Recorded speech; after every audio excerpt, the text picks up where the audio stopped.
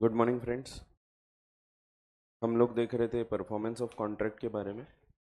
हमने पिछली क्लासेस में देखा परफॉर्मेंस दो प्रकार के होते हैं, एक्चुअल परफॉर्मेंस और अटेम्प्टेड परफॉर्मेंस।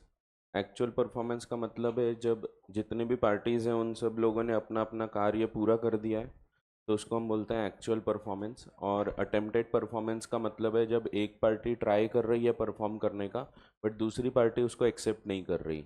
तो ये एक प्रकार का परफॉर्मेंस ही है, बट दूसरा व्यक्ति ब्रीच कर रहा है, तो इसको भी हम परफॉर्मेंस के बराबर मानते हैं। ये भी हमने देखा था, it is equivalent to performance. फिर हमने देखा एसेंशियल्स क्या हैं एक वैलिड टेंडर के। तब हम बोलेंगे कि ए ने प्रॉपरली परफॉर्म करने का ट्राई किया था, तो इसकी कुछ कंडीशंस थी। It must B unconditional. पहला पॉइंट है कि आप कॉन्ट्रैक्ट बनाते वक्त जो कंडीशन चाहे लगा सकते हैं, but at the time of performance कोई नई कंडीशन नहीं आनी चाहिए, नहीं तो it will amount to breach. दूसरा हमने देखा था it must be made at proper time and place. फिर it must be of the whole obligation contracted for and not only of the part. पूरा का पूरा परफॉर्मेंस होना चाहिए। एंड जब डिलीवरी ऑफ गुड्स की बात हो रही है तो फिर एग्जैक्ट इंस्पेक्शन, एग्जैक्ट वही गुड्स आए हैं कि नहीं, इसकी इंस्पेक्शन की अपॉर्चुनिटी मिलना चाहिए। फिर हमने देखा अगर कोई व्यक्ति परफॉर्म नहीं करता है या करने नहीं देता है, तो ऐसे केस में कॉन्ट्रैक्ट वॉइडेबल होता है। It does not become void, it becomes only voidable. तो कैंसिल करने का राइट मिल जाता है, बट कैंसिल कर सकते हैं उसी तारीख को, उसी टाइम पे। अगर हम अगला परफॉर्मेंस या अगला पार्ट एक्सेप्ट कर लेते हैं, तो we will not be able to cancel the contract. फिर हमने देखा कॉन्ट्रैक्ट कौन कौन परफॉर्म करेगा, तो प्रॉमिसर खुद करेगा अगर पर्सनल नेचर का कॉन्ट्रैक्ट है तो। एजेंट के थ्रू भी करवा सकता है अगर पर्सनल नेचर का नहीं है। लीगल रिप्रेजेंटेटिव्स करेंगे इन केस ऑफ डेथ और पर्सनल नेचर का नहीं है तो। जॉइंट प्रोमिसर्स में सब लोग मिलके परफॉर्म करते हैं। जब किसी की डेथ होगी तो उसका रिप्रेजेंटेटिव अलॉन्ग विद सर्वाइवर्स, और सबकी डेथ हो गई तो सबके रिप्रेजेंटेटिव्स जॉइंटली परफॉर्म करते हैं। फिर थर्ड पर्सन से परफॉर्मेंस अगर ले लिया है तो फिर हम फिर से क्लेम नहीं कर सकते, ये देखा था। सक्सेशन और असाइनमेंट का डिफरेंस देखा। असाइनमेंट का मतलब है ट्रांसफ़र, ये अपने इच्छा से हमने किया है तो इसको हम बोलते हैं असाइनमेंट। जब अपने आप होता है by operation of law due to death, उसको हम बोलते हैं सक्सेशन। असाइनमेंट में सिर्फ राइट्स असाइन किए जा सकते हैं, बट सक्सेशन में rights as well as liabilities दोनों असाइन हो जाती है, ये देखा था। फिर अब नहीं, वो तो परफॉर्मेंस का टाइम ही आने का है ना। एग्जीक्यूटरी का मतलब है अभी बन चुके हैं लेकिन टाइम आने का है परफॉर्मेंस का।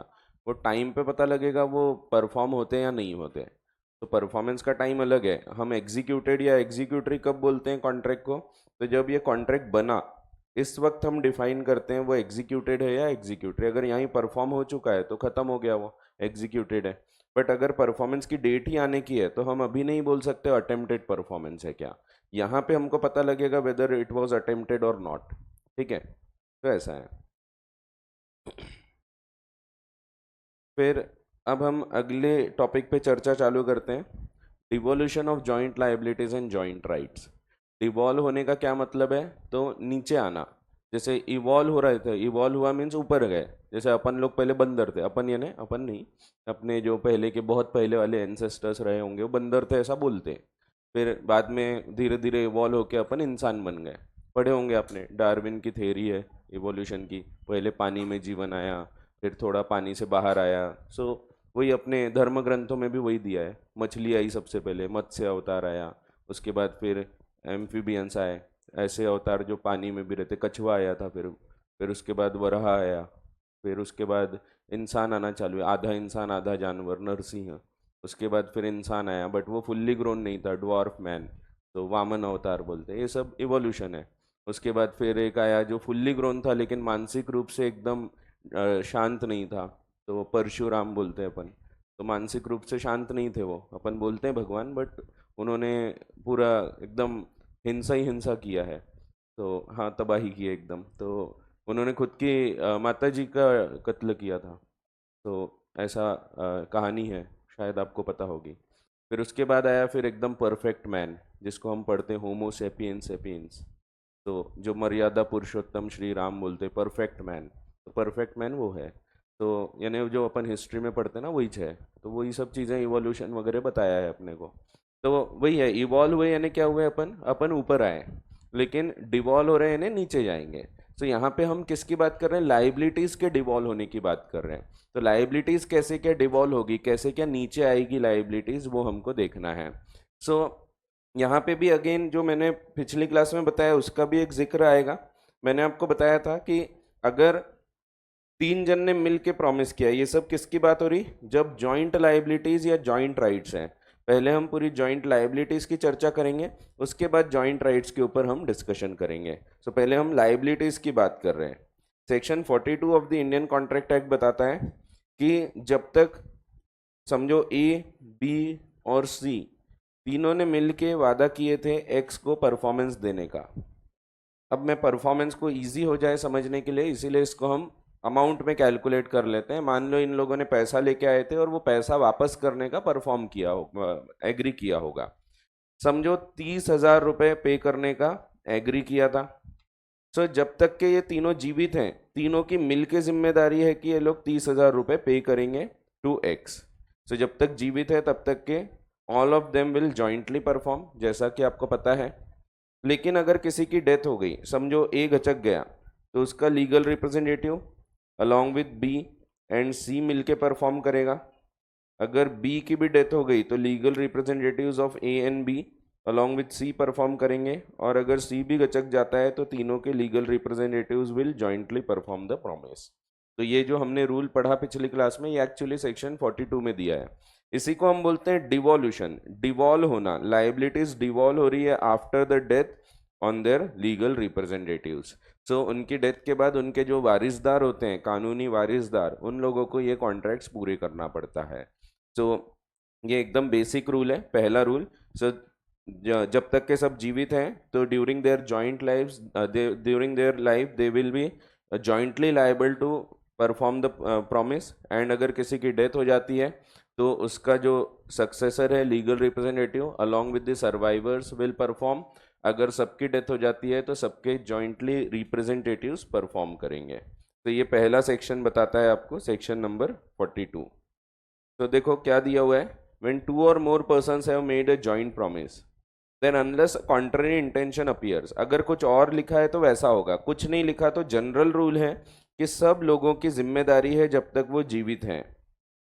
अगर किसी की डेथ हो जाती है तो उसके रिप्रेजेंटेटिव्स मिलके सर्वाइवर के साथ या सर्वाइवर्स के साथ, एंड लास्ट सर्वाइवर की डेथ होने के बाद सबके रिप्रेजेंटेटिव्स जॉइंटली परफॉर्म करेंगे। तो एकदम बेसिक रूल है, पिछली क्लास में भी हमने यही रूल पढ़ा था। यहाँ भी आप देखोगे तो सेम सेक्शन है, जॉइंट प्रॉमिस है सेक्शन 42। तो अभी हम जो पढ़ रहे हैं सेक्शन 42 है। तो सेक्शन 42 बोलता है कि डिवोल्यूशन हो जाता है लाइबिलिटीज का डेथ होने के बाद ऑन द लीगल रिप्रेजेंटेटिव्स। फिर अब यहाँ पे जिम्मेदारी तो सबकी है, लेकिन यहाँ पे एक्स को अधिकार है। समझो ए, बी और सी मिलके वादा करते हैं एक्स को 30,000 रुपये पे करने का। अब यहाँ पे एक्स को राइट है, एक्स बोल सकता है सी को कि मैं पूरा पैसा तुमसे रिकवर करूंगा। X has a right to recover the whole obligation, whole performance from any of the joint promisors. किसी एक से भी वो क्लेम कर सकता है। वो बोलेगा बी को मैं तुमसे पूरा रिकवरी करूंगा, तो बी विल हैव टू पे। तो जिससे भी वो चाहे पूरा 30,000 रिकवर कर पाएगा। लेकिन क्या इससे दूसरे लोगों को कोई फायदा नुकसान है, तो answer is no. They will compensate the other party. जैसे यहाँ पे ए और बी ये दोनों जन मिलके अब सी को अपना अपना हिस्सा पे करेंगे। अगर कुछ एग्री नहीं किया तो इक्वल कंट्रीब्यूशन, यानी सी के ऊपर 10,000 का बर्डन आना चाहिए। भले ही 30,000 पे किया है तो वो क्या करेगा, 10,000 रिकवर कर लेगा फ्रॉम ए और 10,000 रिकवर कर लेगा फ्रॉम बी। अल्टीमेटली तीनों पार्टीज पे उतना ही बर्डन आता है, ना कोई फायदा ना कोई नुकसान। सो लेकिन ये एक्स का राइट है। X has been given right to recover from any one of the joint promises. He can compel any of the joint promises. Again ये जनरल रूल है। अगर कुछ और लिखा होगा, अगर स्पेसिफिकली लिखा होगा कि नहीं हम लोग इतना ही देंगे तो वैसा होगा। कुछ नहीं लिखा है तो X can claim from any of the joint promises and they will be liable to pay the whole amount. ऐसा नहीं सिर्फ खुद का share, they will be liable for whole amount.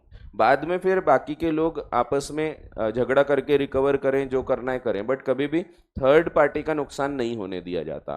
So x जो है उसका नुकसान नहीं होने दिया जाएगा। पहले उसको पैसा दो, बाद में आपस में आप लोग झगड़ते बैठो। सो ये दूसरा रूल निकल के आता है। सो सेक्शन 43 बताता है any one of the joint promisors may be compelled, अगर वो चाहे तो, to perform. So when two or more persons make a joint promise the promisee may, so अगर वो चाहे तो, in the absence of any express agreement to the contrary, इसके विपरीत कुछ नहीं लिखा होगा तब, ये जनरल रूल है, compel any one or more of such joint promisors to perform the whole of the promise, तो वो पूरा का पूरा प्रॉमिस क्लेम कर सकता है from any of the parties. लेकिन इससे कोई फायदा नहीं होता, बिकॉज जैसे ही वो क्लेम करेगा ईच प्रॉमिसर में कंपेल कॉन्ट्रीब्यूशन, तो प्रॉमिसर दूसरों से कॉन्ट्रीब्यूशन क्लेम कर सकता है कि अपने अपनी जिम्मेदारी तुम पूरी करो।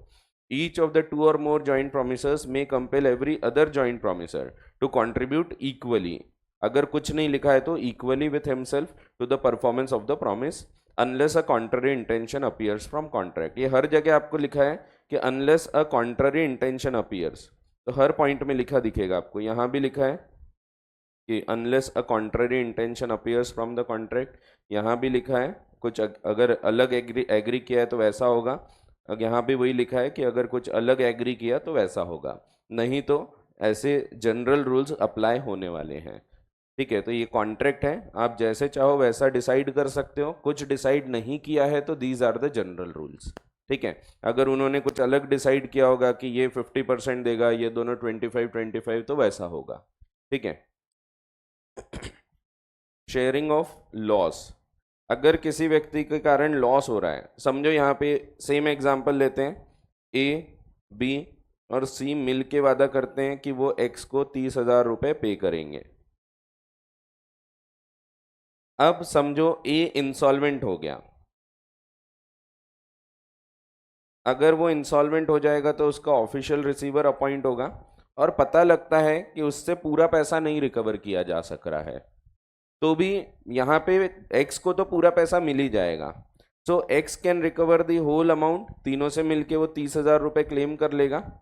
और जो नुकसान है, तो यहाँ पे पहले तो खुद की लाइबिलिटी 10,000 की, बी और सी की, ये खुद की लाइबिलिटी हो गई।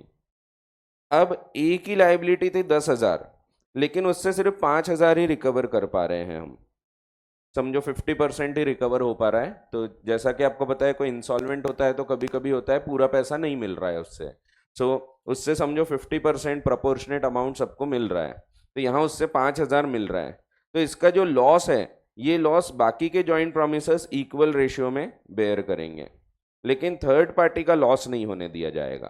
तो यहाँ पे 12,500 और 12,500 का ये लोग दोनों जन बेयर करेंगे और इसके ऊपर 5,000 का बर्डन आएगा। तो इस प्रकार से if there is a loss in contribution, then third party को कोई नुकसान नहीं होता, उसको तो पूरा पैसा मिल जाएगा, लेकिन दूसरे जो जॉइंट प्रोमिसर्स है they will be liable to bear the loss in equal ratio, अगर कुछ नहीं लिखा है तो इक्वल रेशियो। समझो अगर इससे कुछ भी नहीं मिल पाता, ये समझो केस 1 हो गया, समझो केस 2 इससे कुछ भी नहीं मिल पा रहा है, 0 कंट्रीब्यूशन मिल रहा है इससे, तो ऐसे केस में ये 10,000 खुद के दोनों जन बेयर करेंगे और इसका जो लॉस है ये दोनों 5-5 हज़ार के इक्वल रेशियो में बेयर करेंगे। तो यहाँ पे इसके ऊपर कोई बर्डन नहीं, इसके 15,000 का नुकसान, इसका 15,000 का नुकसान। तो इस प्रकार से रूल्स अप्लाई होते हैं। ठीक है, तो जॉइंट प्रोमिसर्स में अगर किसी व्यक्ति का इंसॉल्वेंसी वगैरह के कारण रिकवरी नहीं कर सक रहे हैं, नुकसान हो रहा है, तो उसका जो लॉस है, उसकी जो डेफिशिएंसी है, that will be borne by the other joint promisors in equal ratio unless there is a contrary intention, the contrary intention appears from the contract. तो अगर कुछ और लिखा है तो वैसा होगा, कुछ और रेशियो दिया है तो वैसा होगा, कुछ नहीं दिया है तो this is the general rule. तो वही लिखा है, sharing of loss by default in contribution, if any one of two or more joint promisors makes default, अगर कोई एक व्यक्ति का डिफॉल्ट हो रहा है in such contribution, for example due to insolvency वो नहीं पे कर पा रहा है, तो the remaining joint promisors must bear the loss arising from such default in equal shares। अब उसी की समरी दी है जो हमने ऊपर पढ़ा, तो ये समरी हो गई विथ एग्जाम्पल्स, वैसे मैंने एग्जाम्पल के साथ बता ही दिया आपको। तो this section lays down 3 rules, 3 प्रकार के रूल्स निकलते हैं। पहला rule, When a joint promise is made and there is no express agreement to contrary, the promisee may compel any one or more of the joint promises to perform the whole of the promise. A, B और C ने jointly promise किया था D को 3,000 रुपए पे करने का. D may compel either A or B or C to pay him 3,000. Second rule निकल के आता है, joint promiser who has been compelled to perform the whole of the promise may require the other promisers to make an equal contribution to the performance unless a different intention appears from contract. A, B, C ने वादा किया था D को 3,000 pay करने का. D ने पूरा amount A से रिकवर किया, तो A में require B and C to make equal contribution. Same है. और तीसरा rule, if any one of the joint promisor makes default in contribution, the remaining joint promisors must bear the deficiency in equal shares. तो जो भी उसकी deficiency है, loss है, वो बाकी के लोग बेयर करेंगे. ए, बी एंड सी ने मिलके वादा किया था डी को 3,000 पे करने का. C is unable to pay anything, तो इसकी जो डेफिशिएंसी है that will be borne by A and B equally. अगर सी की प्रॉपर्टी में से हमको पैसा मिल रहा है 1/2, तो आधा पैसा समझो 1,000 का आधा यानी 500 रुपए, तो balance must be paid by A and B in equal proportions. फिर section 43 allows in action to be brought against any one of the joint promisors without impleading the others as defendant. तो section 43 बोलता है D can claim from any party A, B और C. अब कभी ऐसा हो सकता है, समझो डी ने सिर्फ ए से रिकवरी किया, इसके बाद पूरा पैसा ए से नहीं मिल पाया, तो क्या वो उसके बाद बी से रिकवर कर पाएगा एंड उसके बाद सी से भी रिकवर कर पाएगा? तो आंसर इज यस. सो एक एक करके भी रिकवरी कर सकते हैं. पहले एक से रिकवर किए, नहीं मिला पूरा, दूसरे से रिकवर करो, ये भी अलाउड है. तो वही दिया है, suppose now that the creditors use only one joint promisor but was unable to recover the whole performance, he can subsequently sue others. The creditor is also given a right to release any one of the joint promisors from his liability. उसको ये भी अधिकार होता है कि वो किसी एक व्यक्ति को रिलीज कर सकता है from his liability, but this does not discharge the other joint promisors from the liability. जैसे समझो यहाँ पे सेम एग्जांपल, समझो ए, बी और सी ने मिलके वादा किया था कि ये लोग परफॉर्म करेंगे. तीनों ने मिलके प्रॉमिस किया था कि तीनों जन परफॉर्म करेंगे. अब बाद में एक्स को पता लगा कि समझो ए इसका कोई रिलेटिव है, ए इसके पहचान का निकला, कोई दूर का संबंधी आया, रिलेटिव आया, और ऐसा रिलेटिव जिससे पैसे नहीं ले सकते, वो सही नहीं लगता. जैसे समझो उसका जवाई है दूर का, तो जवाई लोगों से थोड़ी पैसे लेंगे, तो उसका दूर का जवाई निकला, तो बोलता है अरे जवाई बाबू आपसे काहे के पैसे लेना, मैं आपसे पैसे नहीं लूंगा. उसको उसने मुक्त कर दिया, इसको हम बोलेंगे रिलीज करना. बट उसने अगर उसको मुक्त किया है तो बी और सी रिलीज नहीं होते. उसको राइट है वो बी और सी से रिकवर कर सकता है, और कितना रिकवर कर सकता है? तो पूरा 30,000 रिकवर कर सकता है. अब यहाँ पे ए को फायदा और बी को नुकसान ऐसा दिख रहा है, बट अल्टीमेटली ऐसा नहीं होगा, क्योंकि बी और सी ने थोड़ी ए को मुक्त किया है. सो ए को मुक्त किया एक्स ने बोला मैं आपसे पैसे नहीं लूंगा, लेकिन बी और सी से ले रहा है. सो बी और C can compel the contribution from A. तो ये बोलेंगे कि भाई तुम्हारा 10,000 रुपए का जो कॉन्ट्रीब्यूशन है वो 10,000 का कॉन्ट्रीब्यूशन हमको दो, क्योंकि इन लोगों ने पैसा पे कर दिया है पूरा एक्स को. सो इससे कोई वैसे फायदा या नुकसान नहीं होता. अगर एक्स ने ए को रिलीज भी कर दिया है तो there is no substantive gain और loss to any of the joint promisors. So जो रूल्स हैं वो वैसे के वैसे ही अप्लाई होते हैं. सो वही आगे दिया हुआ है. तो इफेक्ट ये आगे है, पहले इलस्ट्रेशन पढ़ लो. वैसे तो ऊपर बताया ही मैंने, ए, बी, सी जॉइंटली प्रॉमिस करते हैं डी को 3,000 पे करने का, तो डी में कंपेल आइदर ए और बी और सी टू पे हिम 3,000. ये रिपीट हो रहा है एग्जाम्पल, ये यही वाला एग्जाम्पल है. फिर ए, बी, सी जॉइंटली प्रॉमिस करते हैं टू पे डी, पी नहीं होना चाहिए, डी होना चाहिए, the sum of ₹3,000. C is compelled to pay the whole. A is insolvent. अब ये नया एग्जाम्पल है, ए इंसॉल्वेंट हो गया, पर उसके एसेट्स से 1/2 ऑफ हिज डेट्स मिल रहे हैं, उसके डेट्स का आधा, तो 1,000 उसका डेट है, उसका आधा, सो 500 रुपये निकल रहे हैं. सो सी से 500 रुपये ले लेंगे और बाकी के दोनों प्रोमिसर्स 1,250 रुपये बेयर करेंगे. ठीक है, ये कैसे आया? तो इसका जो 500 का लॉस बच रहा है वो दोनों जॉइंट प्रोमिसर्स इक्वली बेयर कर रहे हैं. वही है, सेम एग्जाम्पल है, सिर्फ यहाँ पे मैंने 5,000 10,000 लिया था, उधर 1,000 लिए हैं, ठीक है, 500 1000 ऐसा लिया है, बाकी सेम एग्जाम्पल है। फिर एक और सेम एग्जाम्पल दिया है, A B C under joint promise होते हैं टू पे डी 3,000 रुपीज, सी से कुछ भी नहीं मिल रहा एंड ए से पूरा पैसा लिया गया, तो ए बी से रिकवर कर सकता है 1,500 रुपये। तो वही सेम एग्जाम्पल जैसा यहाँ पे हमने देखा, ठीक है, अगर ए से कुछ भी नहीं मिल रहा तो बी और सी ये दोनों उसकी डेफिशिएंसी को इक्वल रेशियो में बेयर करेंगे।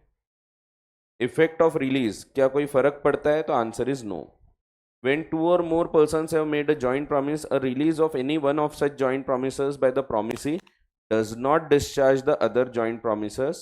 Neither does it free the joint promises so released from the responsibility to the other joint promises.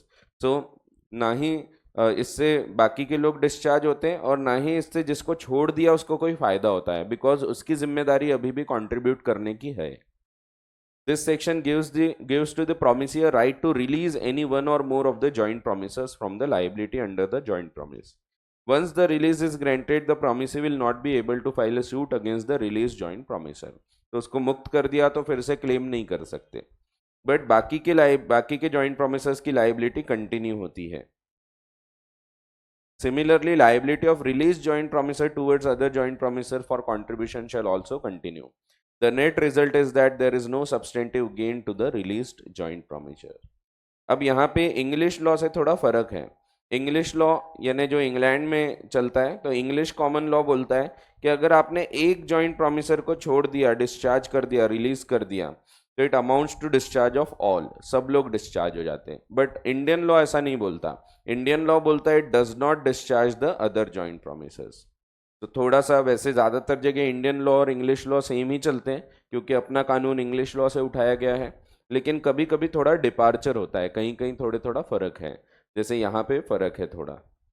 So unless the creator explicitly preserves his right against them, तो अगर वो खुद बोलेगा कि मैं ए को रिलीज कर रहा हूँ तो सब रिलीज हो जाएंगे, बी और सी, लेकिन वो बोलेगा मैं सिर्फ ए को रिलीज कर रहा हूँ, बी और सी को नहीं, तो फिर सिर्फ ए रिलीज होगा, बी सी नहीं होंगे। कब? जब इंग्लिश लॉ की बात हो रही। लेकिन इंडियन लॉ में एक को रिलीज किया तो एक ही रिलीज होता है, बाकी लोग रिलीज नहीं होते ऑटोमेटिकली। फिर डिवोल्यूशन ऑफ जॉइंट राइट्स, अब ये बिल्कुल उसका अपोजिट है। जॉइंट लाइबिलिटीज थी, अब जॉइंट राइट्स हैं। जब मिल के वादा किया है, जैसे समझो ए है, ए ने वादा किया था कि मैं एक्स वाई और जेड को परफॉर्म करके दूंगा, तो जहाँ पे जॉइंट प्रोमिसीज हैं, प्रोमिसर्स जॉइंट नहीं है, प्रोमिसी जॉइंटली है। सो ये परफॉर्म करने वाला था, समझो कुछ अमाउंट पे करना है, तो यहाँ पे जब तक तीनों जीवित हैं तीनों का मिल के अधिकार होगा अगेंस्ट ए। किसी की डेथ हो गई तो उसका legal representative along with survivors, अगर बाकी दूसरे की भी डेथ हो गई तो legal representatives of both along with survivor, और तीनों की डेथ हो गई तो तीनों के legal representatives will jointly claim the performance. ठीक है, तो ये सिंपल सा रूल है, यहाँ पे इतना ही है, इसमें बाकी और कोई कंडीशंस नहीं है। तो जैसे लाइबिलिटीज डिवॉल्व होती है, in the same way the rights will also be devolve upon the legal representatives. ऐसा है, बहुत ही आसान। क्या हुआ था? हाँ, official receiver. O R means official receiver या ऑफिशियल असाइनी। जब कोई इंसॉल्वेंट होता है तो ऑफिशियल रिसीवर अपॉइंट होता है, बताया था मैंने इंसॉल्वेंसी के केस में।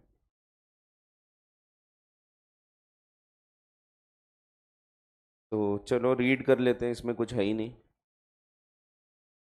So when a person has made a joint promise to two or more persons jointly, then unless a contrary intention appears from the contract, the right to claim performance rests as between him and them with them during their joint lives.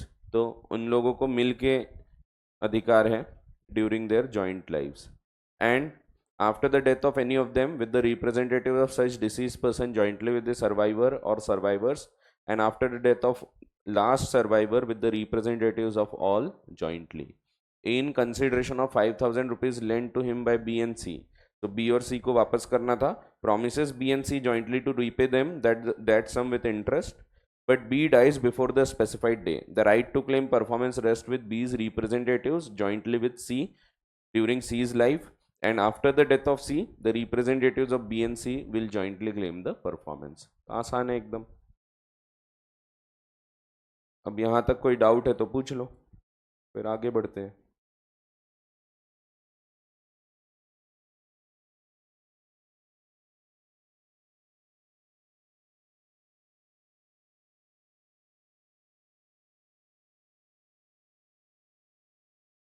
चलो आगे बढ़ते हैं। Next point जो है time and place of performance.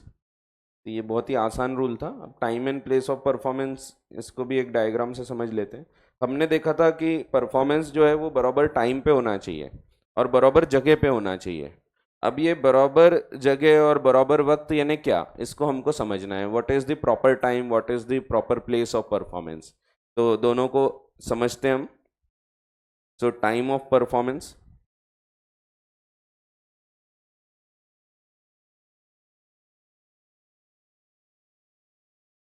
And place of performance.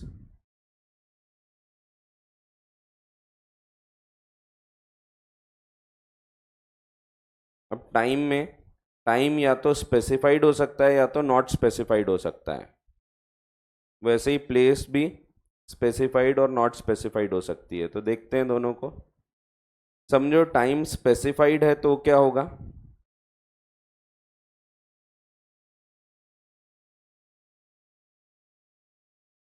और not specified है तो क्या होगा। वैसे ही प्लेस भी स्पेसिफाइड हो सकती है, बताया गया है, और नॉट स्पेसिफाइड हो सकती है।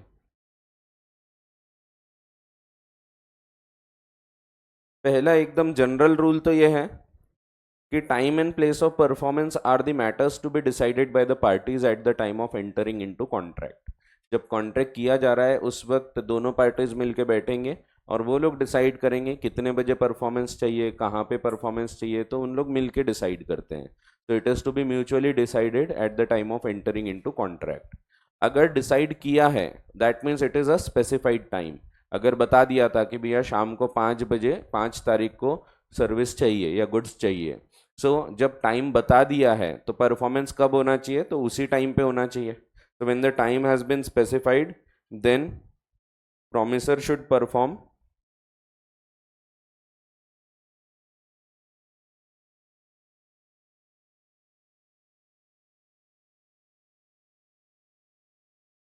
within such specified time। तो उस टाइम पे परफॉर्मेंस होना चाहिए। अगर कभी कभी टाइम पूरा स्पेसिफाई नहीं किया होता है, डे स्पेसिफाई किया होता है, so if only a day is specified,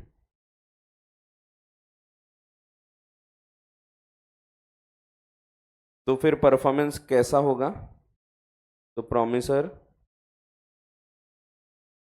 should perform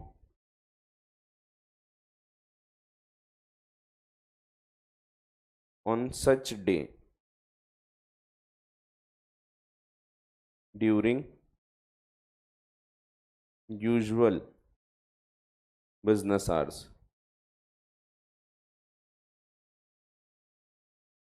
usual business hours के टाइम पे परफॉर्म करना चाहिए। हर बिजनेस का अलग टाइम होता है, usual business hours of such business. तो हर बिजनेस के अलग अलग यूजुअल आवर्स होते हैं।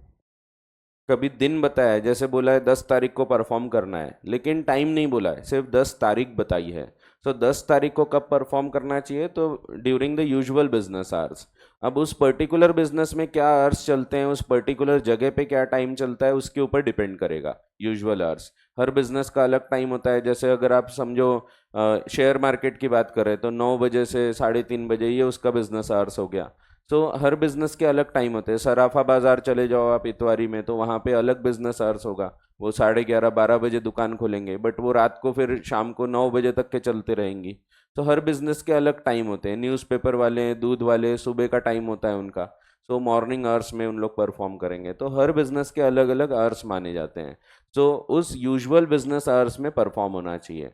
अगर बोला गया था कि भाई तुम 10 तारीख को गुड्स लेके आ जाना, अब मेरे बिजनेस का आवर खत्म हो गया, रात को 9 बज गए, मैं बिजनेस बढ़ा के घर चला गया, इसके बाद रात को 12 बजे 1 बजे वो आता है कि शर्मा जी आपके घर के सामने दुकान के सामने मैं गुड्स लेके आया हूँ, so it is not a proper performance, it is not at the proper time. वो सेम एग्जांपल आपको दिया था कि रात को 3 बजे उसने गुड्स लाया, so it is not at proper time. जब हमने एसेंशियल्स ऑफ टेंडर पढ़ा था तो उसमें लिखा था कि वो 3 AM को लेके आता है रात को 3 बजे, so it is not a valid performance unless it has been specifically agreed. अगर बोला गया था भैया चरस गांजा ला रहे हो रात को 3 बजे लाना, तो फिर वो वैलिड रहेगा क्योंकि बोला गया था। ठीक है, खैर चरस गांजा तो इलीगल में आएगा, बट एग्जाम्पल है, बोलने का मतलब है बिजनेस में जो आवर्स होते हैं, स्मगलिंग वगैरह में शायद रात को स्मगलिंग करें, वो हो सकता है। चरस गांजा हशीश अफीम खरीद रहे रात को खरीदेंगे, हो सकता है। तो हर बिजनेस के अलग टाइमिंग्स होते हैं, सो उस पर्टिकुलर टाइमिंग में, और अगर कुछ नहीं डिसाइड किया है तो with in the usual business hours of that particular business. ठीक है, सो ऐसा है। फिर अगर स्पेसिफाई नहीं किया है तो क्या होगा? तो पहला रूल है, if the time is not specified, तो पहले प्रॉमिसर ने पूछना चाहिए। Promisor shall ask to fix the time. तो टाइम फॉर परफॉर्मेंस फिक्स करने के लिए प्रॉमिसर पूछेगा। अगर प्रॉमिसर पूछ लेता है और ये टाइम फिक्स हो गया,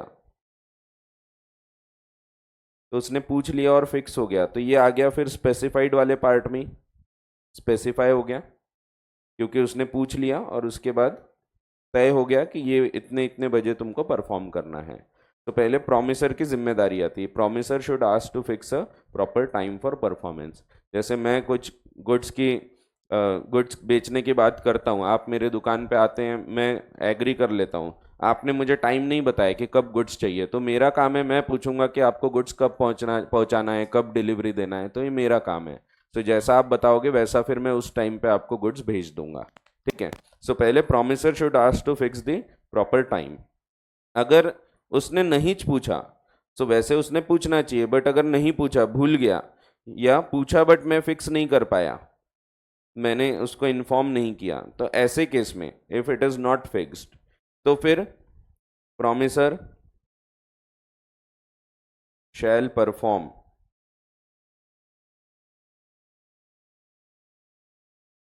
with in a reasonable time.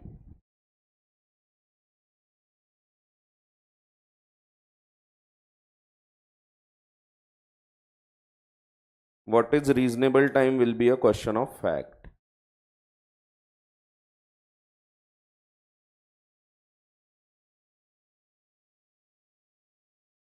It will depend upon the facts and circumstances of each case.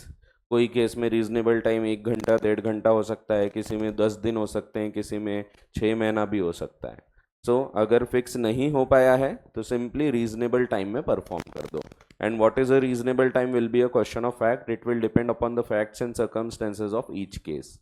ठीक है, तो रीजनेबल टाइम को डिफाइन नहीं किया जा सकता, उसको हम सिंपली मान लेते हैं कि जो भी टाइम प्रॉपर लग रहा है, रीजनेबल लग रहा है, depending upon the facts and circumstances. जैसे मैंने एग्जांपल दिया था आपको कई बार, पिज्ज़ा का केस है तो पिज्ज़ा के केस में रीजनेबल टाइम 1 घंटा 1.5 घंटा हो सकता है, लेकिन वहीं अगर आप कोई गुड्स खरीदने बोल रहे हैं, जैसे आपने पिज़्ज़ा ऑर्डर किया जोमेटो से, तो कब तक आ जाएगा? 1 आध घंटे 1.5 घंटे में आ जाएगा। आपने अमेजोन से समझो कोई गुड्स मंगाए हैं, तो 2-3 दिन उसके लिए रीजनेबल टाइम हो जाएंगे। ठीक है, आपने कार बुक की है तो हो सकता है वो कार में 6 महीना वेटिंग भी चल रही है, तो 6 महीना will also be a reasonable time. तो depending upon the facts and circumstances of each case, कहाँ पे बात हो रही, कौन सा शहर है, कौन सी चीज़ है, कितना टाइम है, वो टाइम के ऊपर भी रहेगा। अगर शाम का टाइम है तो शायद रीजनेबल टाइम बढ़ जाएगा पिज़्ज़ा के केस में, सुबह का टाइम है तो उतना ऑर्डर नहीं आते तो शायद जल्दी आ जाए। तो reasonable time will be dependent on the facts and circumstances, तो आप उसको डिफाइन नहीं कर सकते। ठीक है, सो ये कोर्ट डिसाइड करता है। अगर झगड़ा ही होता है कि क्या है रीजनेबल टाइम, तो court will decide whether it was reasonable और नॉट। ठीक है, सो ये हो गया टाइम के बारे में। वैसे ही place, place of performance, place of performance में भी हो सकता है या तो प्लेस डिसाइडेड है या तो प्लेस नहीं है डिसाइडेड। अगर place of performance already specified है तो यहां सिंपल है, performance should be at such specified place, अगर स्पेसिफाइड है तो।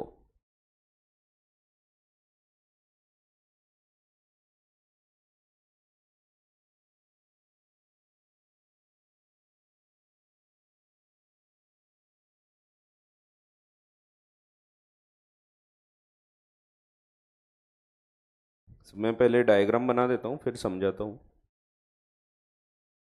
अगर प्लेस स्पेसिफाइड नहीं है, नॉट स्पेसिफाइड, तो पहली जिम्मेदारी यहां भी प्रोमिसर की है।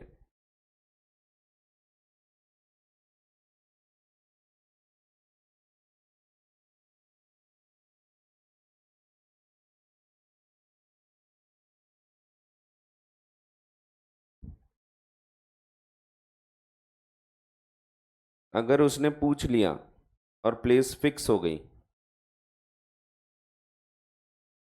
तो ये अगेन स्पेसिफाइड में आ जाएगा। और अगर उसने नहीं पूछा तो फिक्स नहीं हो पाई, तो यहां अब प्रोमिसी की जिम्मेदारी है।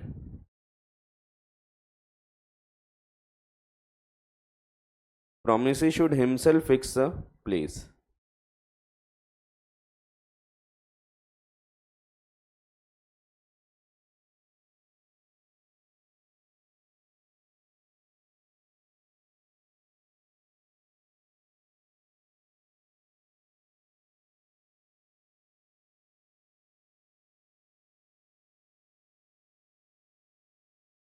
तो परफॉर्मेंस की प्लेस वो खुद फिक्स करेगा।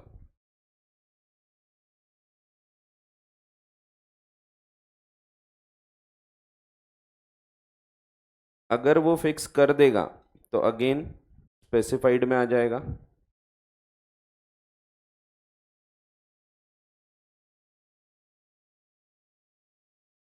अगर नहीं फिक्स किया तो आगे और सवाल देखे जाएंगे। If it is not fixed, हम एक सवाल पूछते हैं, क्या प्लेस इंपॉर्टेंट है या नहीं।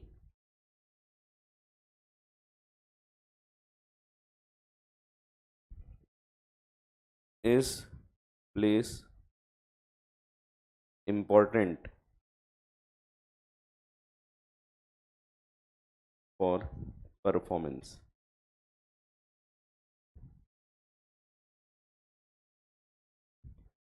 अगर यस प्लेस इंपॉर्टेंट है तो अलग रूल, और नहीं है तो अलग रूल। अगर प्लेस इंपॉर्टेंट है तो promisor is excused from performance.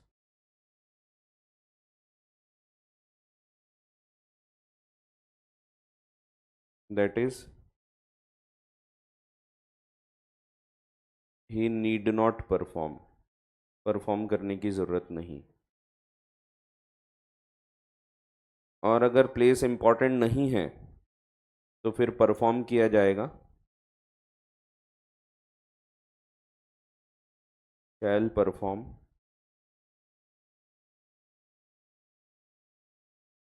Eight his own place of business. वो अपने बिजनेस प्लेस पे परफॉर्म करेगा। इसको समझते हैं विथ एग्जांपल।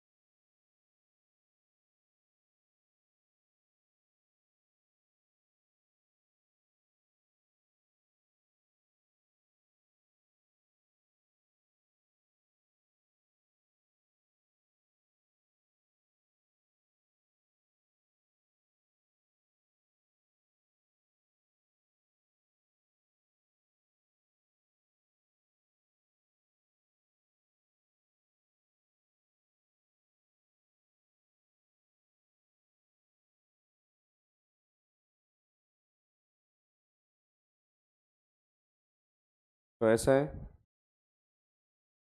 एग्जाम्पल से समझते हैं प्लेस के बारे में। टाइम तो क्लियर हो गया, टाइम में कोई दिक्कत नहीं होगी आपको, कोई प्रॉब्लम है किसी को टाइम ऑफ परफॉर्मेंस में? आसान है वो। प्लेस भी आसान है। प्लेस में ऐसा है, पहले तो अगर प्लेस स्पेसिफाइड है तो उस दिन परफॉर्म वहाँ पे परफॉर्म करना पड़ेगा। जैसे एक सिंपल एग्जांपल लो, समझो हमको कैब्स के लिए बेंच वगैरह बनाना था, तो यही अपने डेस्क और बेंच बनाना है, तो हम लोग ऑर्डर देने जाते हैं। तो जब मैं कारपेंटर के पास जाता हूँ, मैं उसको बोलूँगा कि भैया मेरे को बेंच वगैरह बना के देना है, और मैं उसको स्पेसिफिकली बता दूंगा कि कहाँ पे चाहिए हमको। तो मैंने बता दिया हिल टॉप में, रामनगर में, यहाँ पे हमारी जगह है, यहाँ पे हमको बेंच बना के देना है। तो प्लेस इज स्पेसिफाइड। ऐसे केस में वो यहाँ पे आके हमको परफॉर्म करके देगा। सो अगर प्लेस इज स्पेसिफाइड तो performance should be at that specified place. अगर स्पेसिफाई नहीं किया, समझो हमने नहीं बताया, सो वो पूछेगा हमसे कि शर्मा जी आपको कहाँ पे चाहिए परफॉर्मेंस, कहाँ पे आपको ये बना के चाहिए। तो मैं फिर उसको बताऊंगा कि अरे हाँ मैं भूल गया था, ये कैप्स में यहाँ यहाँ पे आके परफॉर्म करना।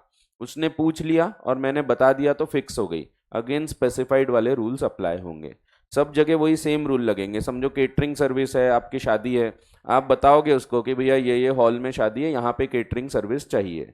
आपने नहीं बताया तो वो पूछेगा कि आपको कहाँ चाहिए सर्विस, कौन सी जगह पे, कितने बजे, तो वो पूछेगा। अगर समझो बेंच का केस वापस लेते हैं, समझो मैंने बताना भूल गया, उसने भी पूछा नहीं, तो मुझे जब याद आएगा तो मैंने फिक्स करना चाहिए। तो मेरा काम है प्लेस को फिक्स करना। अल्टीमेट जिम्मेदारी प्रॉमिसी की होती है, he should fix the place. तो मैं जहां बोलूंगा वहां पे परफॉर्मेंस होता है फिर। मेरा काम, मेरी जिम्मेदारी होती है फिक्स करना, क्योंकि अगर फिक्स नहीं होगी और आगे वाला परफॉर्म नहीं करेगा तो यहाँ पे मैं उसको जिम्मेदार नहीं ठहरा सकता। एक सिंपल सा एग्जांपल लेते हैं, यही सेम एग्जांपल कंटिन्यू करते हैं। समझो प्लेस है और फिक्स नहीं हुई, ना प्रॉमिसर ने पूछा प्लेस के बारे में, ना प्रॉमिसी ने फिक्स किया। दोनों जनों ने फिक्स नहीं किए तो प्लेस वॉज नॉट फिक्स्ड। ऐसे केस में हम एक सवाल पूछेंगे, क्या प्लेस इंपॉर्टेंट है, क्या प्लेस का फिक्स होना जरूरी था? जैसे समझो मैं फर्नीचर जो बनवा रहा हूँ, समझो हम लोग नॉर्मल फर्नीचर नहीं बना रहे, हम लोग सोच रहे हैं कि हम लोग ऐसा कुछ फर्नीचर बनाते हैं जो पूरा उस पर्टिकुलर एरिया को देख के बनाएंगे। जैसे हम चाहते हैं कि यहाँ पे पूरा अटैच्ड फर्नीचर रहेगा, ऐसे लाउंज टाइप, साइड साइड से मस्त सोफे लगे रहेंगे, मस्त बच्चे बैठ के लेट के आराम से क्लास देख सकते हैं। उस हिसाब से हमने एक फर्नीचर बनाने का कॉन्ट्रैक्ट किया। बीच में भी बेंच नहीं रहेंगे, पूरा लाउंज टाइप रहेगा, एकदम आराम से बैठ के, लाइट्स वगैरह भी एकदम डिम डिम रहेगी। तो इन एग्जाम्पल्स का वास्तविकता से संबंध नहीं है। सो समझो फिर भी हम ऐसा कुछ बनाना चाहते हैं कि अटैच्ड फर्नीचर होना, बराबर वो कोने कोने से जुड़ा हुआ रहेगा और प्रॉपर वो देख के उस हिसाब से बनाना है।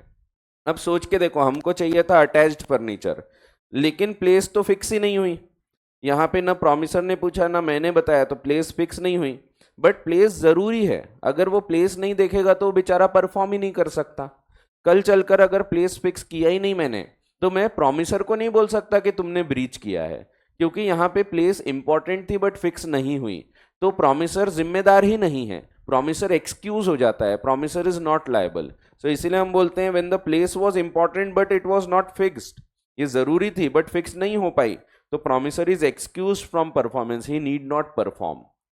लेकिन अगर वहीं पे प्लेस जरूरी नहीं थी, समझो हमको नॉर्मल ये बेंच और डेस्क बनवाना था, ऐसे केस में प्लेस से कोई लेना देना नहीं, तो वो इसको अपने प्लेस ऑफ बिजनेस में परफॉर्म करके रखेगा। उसका जो भी फैक्ट्री होगी जहाँ पे वो काम करता है, जहाँ पे बनाता है, खुद की दुकान होगी, वहां पे वो बना के रखेगा, फिर वहां से लाने की जिम्मेदारी हमारी हो जाएगी।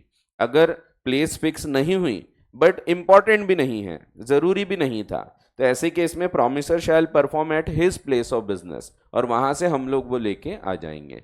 ठीक है, सो एक जनरल रूल होता है, वहां से गुड्स लाने की वैसे जिम्मेदारी हमारी हो जाती है। हम आगे भी सेल ऑफ गुड्स एक्ट में सेम प्रकार के रूल्स पढ़ेंगे। ठीक है, सो फर्नीचर का एग्जाम्पल ध्यान रखो। अब ये जो मैंने आपको रूल्स बताया, ये आसान शब्दों में पूरा एक समराइज करके बताया हूँ, ये समरी है पूरी। यहाँ जब आप सेक्शन वाइज पढ़ोगे तो सब आगे पीछे लिखे हुए हैं। तो पहले आपको दिखेगा ये वाला पार्ट दिया हुआ है, फिर आपको दिखेगा ये वाला पार्ट है, ऐसे अलग अलग आगे पीछे लिखे हैं रूल्स, लेकिन अपन ने ये प्रॉपर एक डायग्राम में फिट कर लिया। ठीक है, तो अपन जो सेक्शन वाइज पढ़ेंगे तो सब आगे पीछे हैं। Time and place of performance दोनों के बारे में सेम सेक्शंस बात करते हैं, इसीलिए दोनों साथ में पढ़ते हैं हम।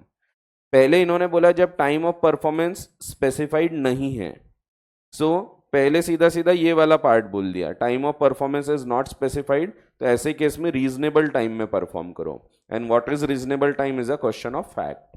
तो सब आगे पीछे हैं पॉइंट्स, तो शुरुआत से पढ़ते हैं पहली लाइन से। जैसा कि मैंने आपको बताया, टाइम और place of performance are matters to be determined by the agreement between the parties themselves. तो वो लोग जैसा चाहें वैसा डिसाइड कर सकते हैं। अगर कुछ नहीं डिसाइड किया तो आगे बताए गए provisions of 46 to 50 shall apply. Where no time for performance is specified, where no time for performance is specified, the promiser must perform within a reasonable time. What is a reasonable time will be a question of fact in each particular case. फिर when a promise is to be performed on a certain day, अब ये वाला part बोल रहे हैं, जब एक day specify किया गया था, सो उस दिन कोई भी usual business hours of such business में परफॉर्मेंस होना चाहिए। सो when the promise is to be performed on a certain day, when a promise is to be performed on a certain day, the promisee may perform it at any time, तो किसी भी time, during usual hours of the business on such day, उस दिन कोई भी usual hours पे, and कहाँ पे, at the place where the promise ought to be perform, promise should be performed. A promises to deliver goods at B's warehouse on 1st January, अब 1 जनवरी उसने बोला, on that day A brings the goods to B's warehouse but after the usual hours for closing it, वो रात को 3 बजे लेके आ रहा है, and they are not received, A has not performed his promise because it is not at proper time, तो it should be at proper time. अगर टाइम फिक्स नहीं किया तो पहली जिम्मेदारी होती है, दोनों ही, यहाँ time as well as place, no time and place is fix for performance, तो पहले प्रॉमिसर की जिम्मेदारी होती है। If no time and place is fix, तो यहाँ पे हमने ऑलरेडी अलग अलग लिखा, अगर फिक्स नहीं किया तो पहली जिम्मेदारी है प्रॉमिसर की, promisor should ask. If no time and place is fix for performance of the promise, the promisor must apply to the promisee to fix a day and time for the performance as well as place. A undertakes to deliver 1000 tons of jute to be on a fix day, तो एक particular day उन्होंने बता दिया। A must apply to B to appoint a reasonable place, तो place भी fix करने के लिए वो खुद बोलेगा कहाँ पे आपको गुड्स चाहिए, for the purpose of receiving it, and must deliver it to him at such place. फिर अल्टीमेट राइट किसका है, प्रॉमिसी का। तो आगे नेक्स्ट पॉइंट वही दिया है कि प्रॉमिसर पूछता है बट फिक्स तो प्रॉमिसी करेगा, promisee's right to prescribe the time, the performance of any promise may be made in any manner और at any time which the promisee prescribes और सैंक्शंस, प्रॉमिसी ने जैसा बोला वैसा परफॉर्मेंस होता है। एंड डिस्चार्ज ऑफ प्रॉमिसर, अगर वो प्लेस फिक्स ही नहीं करता तो ऐसे केस में डिस्चार्ज हो जाता है, इसीलिए अल्टीमेट जिम्मेदारी प्लेस फिक्स करने की किसकी आ गई थी, तो प्रॉमिसी की। और अगर नहीं फिक्स होती है तो फिर हम ये सवाल पूछेंगे, अगर प्लेस ज़रूरी थी बट नहीं फिक्स हुई तो प्रॉमिसर नीड नॉट परफॉर्म, अगर ज़रूरी नहीं है तो he should perform at his own place of business. So if the promisee fails to name a reasonable place, अगर promisee ने reasonable place fix नहीं किया, then the promiser will be absolved from the liability for non-performance. Absolved यानी वो मुक्त हो जाएगा, free हो जाएगा, he will be freed from the liability for non-performance. So non-performance की जिम्मेदारी उसकी नहीं है, he is not liable. तो ये पूरी समरी हो गई। अब यहाँ तक कोई डाउट है तो पूछ लो। माइनर रहा तो अपन ने पढ़ी थे कि minor is not liable, Sen Das versus Ramchand का एक केस दिया हुआ था, वहाँ बोला था माइनर और मेजर ने जाके कुछ गुड्स खरीदा है, तो ये भी जॉइंट प्रॉमिस हो गया, तो यहाँ पे फिर भी माइनर की लाइबिलिटी नहीं होती, but major party will be liable, ठीक है, प्रॉपर्टी लाइबल नहीं होगी, अगर नेसेसरीज है तो फिर हो सकती है, बट नहीं तो नहीं होगी। और कोई doubt? Last point, discharge of promisor. So इसमें उसमें वही बताया, आप वो सेम एग्जांपल ध्यान रखो अपना फर्नीचर वाला, कौन सा, अटैच्ड फर्नीचर वाला, जिसमें हम एकदम चिपका चिपका के फर्नीचर बनाना है। अब यहाँ पे अगर प्लेस हमने फिक्स ही नहीं किया, जबकि ज़रूरी थी, क्योंकि जब तक वो प्लेस नहीं देखेगा तो फर्नीचर बन ही नहीं सकता, उसके लिए प्रॉपर मेजरमेंट लेना पड़ेगा, एरिया देखना पड़ेगा और उसके हिसाब से वो अटैच्ड फर्नीचर बनवाएगा। अब यहाँ पे अगर प्लेस फिक्स ही नहीं हुई, प्रॉमिसी ने प्लेस फिक्स ही नहीं किया, but it was necessary for performance, तो ऐसे केस में promiser will be absolved, promiser मुक्त हो जाएगा अपनी जिम्मेदारी से, ही नीड नॉट परफॉर्म, तो उसकी कोई जिम्मेदारी नहीं है, so he will be freed from the obligation, he will be excuse from performance. तो एक्सक्यूज हो जाना, फ्री हो जाना, दैट मीन्स उसकी जिम्मेदारी नहीं है। ठीक है, एग्जाम्पल से ध्यान रखो, वो अपने बेंच वाले एग्जाम्पल है फर्नीचर वाले, उससे ध्यान रखो, वो बेस्ट एग्जाम्पल है। और कोई डाउट होंगे तो पूछ लो। फिर रेसिप्रोकल प्रोमिसेस पढ़ते हैं, ये भी बहुत आसान है, इसमें एक दो पॉइंट्स नए दिखेंगे आपको, पढ़ते हैं समझते हैं। रेसिप्रोकल प्रॉमिस क्या होती है? रेसिप्रोकल का मतलब होता है अपोजिट। सो जब हम रेसिप्रोकल प्रोमिसेस की बात करते हैं तो दोनों जन जब एक दूसरे को प्रॉमिस कर रहे हैं, एक्चुअली वही रेसिप्रोकल प्रॉमिस है, which is the consideration for the other. So नया कुछ नहीं है, इसीलिए आपको यहाँ बहुत सारे पॉइंट्स सिमिलर दिखेंगे। जैसे हम अगर बात करते हैं, ए ने बी को पूछा क्या तुम मेरी कार खरीदोगे 1 लाख रुपए में, और बी ने बोला हाँ, तो यहाँ पे ये दोनों प्रोमिसेस क्या हैं? तो ये दोनों रेसिप्रोकल कहलाएंगे। ए के कार देने के प्रॉमिस के बदले बी का 1 लाख रुपए देने का प्रॉमिस है, तो both the promises are called as reciprocal of each other. तो in a contract of sale of goods, अगर गुड्स की बात हो रही है तो ए जो बात कर रहा है कि A promises to deliver the goods, और बी प्रॉमिस कर रहा है टू पे द प्राइस। तो ये दोनों ही प्रोमिसेस एक दूसरे के रेसिप्रोकल हैं। तो वही दिया है, इसकी डेफिनेशन ही है, section 2F defines reciprocal promise as a promise for a promise, एक वादे के बदले दूसरा वादा। So according to promises which form the consideration or part of consideration for each other are called as reciprocal promises। यहाँ कुछ गड़बड़ हो गई, अकॉर्डिंग टू यहाँ होना चाहिए था सेक्शन 2F, फिर promises which form the consideration or part of consideration for each other are called reciprocal promises। So according to section 2F of the Indian Contract Act, promises which form the consideration or part of consideration for each other are called reciprocal promises। Such promises are mutual promises। mutual का मतलब आपस में, दोनों ने आपस में वादे किए हैं, that is a promise for a promise। When one party gives a promise in consideration of others' promise, both the promises are called reciprocal promises। For example, in a transaction of sale, there are two reciprocal promises। The buyer promises to pay the price, जैसे अपने case में B promises to pay the price, and the seller promises to deliver the goods। A promises to deliver the goods। तो ये दो set of reciprocal promises हो गई। अब इनसे रिलेटेड कुछ रूल्स होते हैं। Rules regarding reciprocal promises, performance of reciprocal promises.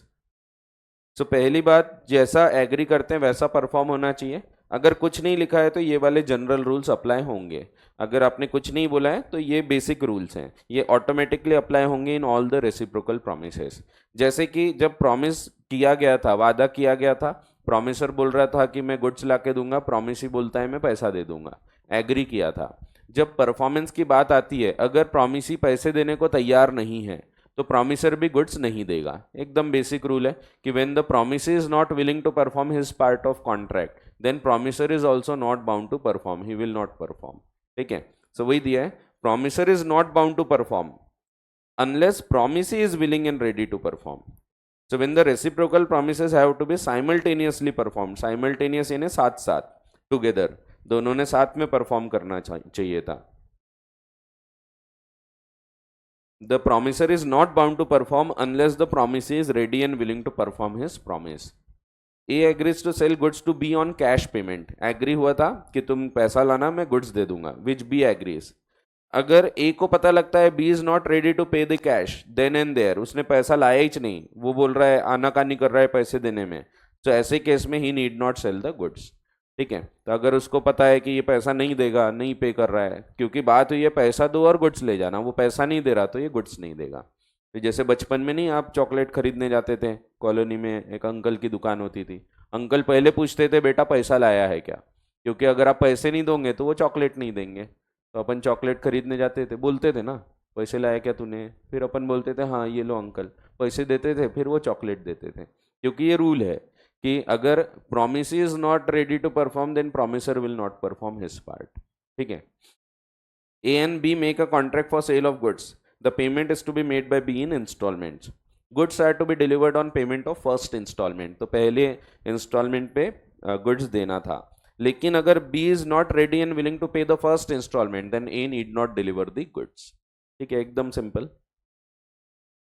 फिर जैसा ऑर्डर फिक्स किया है परफॉर्मेंस का वैसा परफॉर्मेंस होगा। Reciprocal promises must be performed in the order fix by the contract. ये फिक्स कैसे किया जा सकता है, दो प्रकार से फिक्स होता है, आइदर एक्सप्रेस कंडीशन से हम फिक्स करते हैं, या फिर कभी कभी कस्टम्स के द्वारा जो तौर तरीके चले आ रहे हैं, तो कस्टम्स के द्वारा ऑटोमेटिकली फिक्स हो जाता है ये। जैसे कभी कभी कुछ कुछ ऐसे कॉन्ट्रैक्ट होते हैं जिसमें बोलना नहीं पड़ता बट पता होता है लोगों के कि हाँ पहले गुड्स लाएगा बाद में पैसे दिए जाएंगे। सो ऐसे केस में ऑटोमेटिकली वो फिक्स्ड है ऐसा माना जाता है। जैसे मैं मकान बना रहा हूँ, तो मकान बनाने के टाइम पे पहले पूरा पैसा नहीं दिया जाता, इट इज कस्टमरी, बोला नहीं है तो भी ऐसा नहीं होगा 1 करोड़ रुपए लग रहे तो वो बोलेगा 1 करोड़ पहले दो, ऐसा नहीं होता। इसमें क्या होता है, भले ही कुछ एग्री ना भी किया जाए तो एक स्टेज ऑफ कंप्लीशन के बेसिस पे पैसा दिया जाता है कि तुम इतना काम करो तो मैं इतना पैसा दूंगा, फिर ये काम हो जाएगा तो इतना। जैसे फर्स्ट स्लैब है तब वो एक कुछ पैसा मांगेगा, सेकंड स्लैब बन रहा है तब कुछ पैसा मांगेगा। तो भले ये फिक्स हमने एक्सप्रेसली नहीं किया बट कई बार कस्टम से भी ऑटोमेटिकली फिक्स्ड रहेगा। सो सिमिलर एग्जांपल दिया है, A and B contract that A shall build a house for B for a fix price. तो यहाँ पे A is promise to build the house must be perform before B is promise to pay for it. तो ये partially थोड़ा थोड़ा बनते जाता है और थोड़ा थोड़ा पैसा देते जाते हैं, तो वैसा परफॉर्मेंस होगा। फिर liability of party preventing the performance, जो रोक रही है दूसरे पार्टी को परफॉर्म करने से, उसकी क्या लाइबिलिटी है। यहाँ पे एक एक्चुअल केस हुआ था, यहाँ पे दूसरा एग्जाम्पल दिया नहीं है, मैं आपको बता देता हूँ, जो एग्जाम्पल यहाँ है वो अलग है। एक एक्चुअल केस था, वैसे वो गारंटी वाले कॉन्ट्रैक्ट में हम पढ़ेंगे। इसमें दो ज़मीन होती है आजू बाजू, एक मिस्टर ए की ज़मीन होती है, एक मिस्टर बी की ज़मीन होती है, दोनों के खेत होते हैं। ए एग्री करता है कि वो अपने ज़मीन पे गुड्स उगाएगा, एक क्रॉप ऑफ इंडिगो उगाने की बात हुई थी, इंडिगो यानी नील, तो ये नील उगाएगा और ये नील उगा के बेचेगा फॉर अ फिक्स प्राइस, ये पैसा पे करेगा। अब यहाँ पे दोनों के खेत अगल बगल में होते हैं, यहाँ से एक नहर आती है पानी की, ये नहर आती है आगे बी के खेत से आके ए के खेत में जाती है। बी क्या करता है, बी जानबूझकर इस नहर को ऐसे डाइवर्ट कर देता है दूसरे एरिया में ताकि इसके खेत में पानी ना आए। और जब बाद में परफॉर्मेंस की बात आती है तो बी इसको बोलता है तुमने टाइम पे परफॉर्म नहीं किया। कोर्ट में केस गया, कोर्ट ने बोला कि भैया ए लायबल नहीं है, यहाँ पे उल्टा बी लायबल है, क्योंकि बी परफॉर्म नहीं करने दे रहा, B is preventing the performance. तो यहाँ पे actually A is not breaking the contract, B is breaking the contract because he is not allowing A to perform. वो किसी भी प्रकार से अगर ए को प्रिवेंट कर रहा है कि तुम ये परफॉर्म ना कर पाओ, so it is a breach by B. तो हम अगले चैप्टर में जब ब्रीच पढ़ेंगे तब ये फिर से देखेंगे, और उसके बाद आगे फिर से ये केस आएगा थोड़ा डीप में जब हम कॉन्ट्रैक्ट ऑफ गारंटी पढ़ेंगे। ठीक है, तो ये केस यहाँ नहीं दिया है आपको बट ये एक्चुअल केस है एक। तो ये ऐसा एक कॉन्ट्रैक्ट हुआ था जिसमें उसने बोला था मैं अपने ज़मीन पे नील उगाऊंगा और तुमको बेचूंगा, और वो पानी की एक नहर आती थी बट बी ने वो पानी की नहर को डाइवर्ट कर दिया। कोर्ट ने बोला it is a non performance by B, A is not liable, he is absolved, क्योंकि बी ने उसको प्रिवेंट किया, वो रोक रहा है उसको परफॉर्म करने से। So if one party prevents the other party from performing his reciprocal promise, the contract becomes voidable। ये voidable at the option of A हो गया, क्योंकि मैंने बताया कि जब कॉन्ट्रैक्ट ब्रीच होता है it becomes only voidable, it does not become void। ठीक है, तो इसी चैप्टर में शुरुआत में मैंने आपको ये बताया। And the party so prevented can claim compensation, तो वो इसको कैंसिल करके डैमेजेस क्लेम कर सकता है। तो ये एक आसान एग्जाम्पल है इंडिगो वाला। वैसे ही एक और एग्जाम्पल दिया है, A and B contract that B shall execute a certain work for A for 1,000 rupees. B तैयार है काम करने को, बट ए उसको वो काम नहीं करने दे रहा। So the contract is voidable at the option of B, and if he elects to rescind it, cancel it, he is entitled to recover from A compensation for any loss which he has incurred by its non-performance। ठीक है, तो ये थोड़ा deep में नहीं है example, ये वाला एक्चुअल केस है। तो ये आपको बताया वही है, लेकिन उतना डीप में नहीं है, ऊपर ऊपर बताया कि अगर ए परफॉर्म करने को नहीं दे रहा है तो फिर यहाँ पे ए इज कमिटिंग ब्रीच। ठीक है, अपने एग्जाम्पल में बी वॉज कमिटिंग ब्रीच, तो ये एग्जाम्पल इसका नहीं है, ये ध्यान रखना, it is not the same example, नहीं तो आप इसको इससे कंपेयर करोगे तो गड़बड़ होगी। तो यहाँ पे बी इज प्रिवेंटिंग, बट अपने एग्जाम्पल में ए इज प्रिवेंटिंग। ठीक है, तो दोनों अलग एग्जाम्पल है। जनरली मैं सेम यूज़ करता हूँ पार्टी, बट यहाँ पे गड़बड़ हो गई, या इसको चेंज करना है तो सबसे अच्छा इसको ए कर दिए, इसको बी कर दिए तो भी हो जाएगा। फिर ये हटाना पड़ेगा, लेकिन आपको कंफ्यूज तो नहीं हो रहा है? नहीं हुए ना? ठीक है, कोई हुआ क्या कंफ्यूज? तो चलो जैसा है वैसे ही रहने दो, फालतू गड़बड़ होंगी। हाँ, जो करना है करो, समझ गया ना आपको? तो अपने हिसाब से वो चेंज कर लो, जैसा रखना है। अगर इससे कंफ्यूज नहीं हो रहे तो ये भी सही है, ये गलत नहीं बताया मैंने। कोई बोलेंगे सर गलत, गलत नहीं है, सही बताया, सिर्फ पार्टी के नेम गड़बड़ हो गए। तो जो केस में दिया है वो अलग है, मैंने बताया, और जो यहाँ इलस्ट्रेशन दिया है वो अलग है। ठीक है, तो ऐसा है। तो और दिक्कत यह है, दोनों जगह ए बी हो गया, या और आसान करना है तो यहाँ पे एक्स वाई कर दो, फिर कंफ्यूज ही नहीं होंगे। जाने दो, ठीक है, समझ गया ना सबको? कोई कंफ्यूज नहीं हुआ? पक्का कोई है जो कंफ्यूज हो गया? है क्या? नहीं है ना? हाँ ठीक है, चलो, सो कंक्लूड करते हैं, नेक्स्ट क्लास में आगे की चर्चा करते हैं। Thank you.